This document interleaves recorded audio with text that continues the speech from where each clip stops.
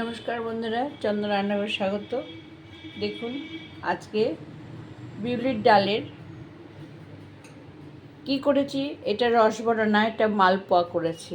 হ্যাঁ, রেসিপি আমি বলে দেব। বেকিং সোডা, বেকিং পাউডার, হ্যাঁ, একটু উষ্ণ গরম জল, লবণ, চিনি দিয়ে ব্যাটারটা মেখে নিতে হচ্ছে বিউলির ডালটাকে। হ্যাঁ, সামান্য 2 চামচ গোবিন্দভোগ চালও দিতে হয়েছে। তারপর মৌরি দিয়ে, তেজপাতা, এলাচ দিয়ে রস করে সাদা তেলের সঙ্গে একটু গাওয়া ঘি মিশিয়ে ভেজে এইভাবে করেছি। আপনারা জল দিয়ে গুলাতে পারেন, দুধ দিয়েও গুলাতে পারেন। আমি জল দিয়েই গুলিয়েছি।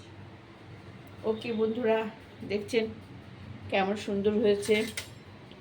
আমি একটা কেটে দেখাচ্ছি। দেখুন, ঠিক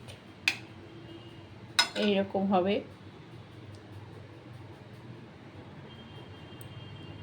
ওকে, ভালো লাগলে সাবস্ক্রাইব করেন, লাইক করেন, শেয়ার দেবেন। রাখছি।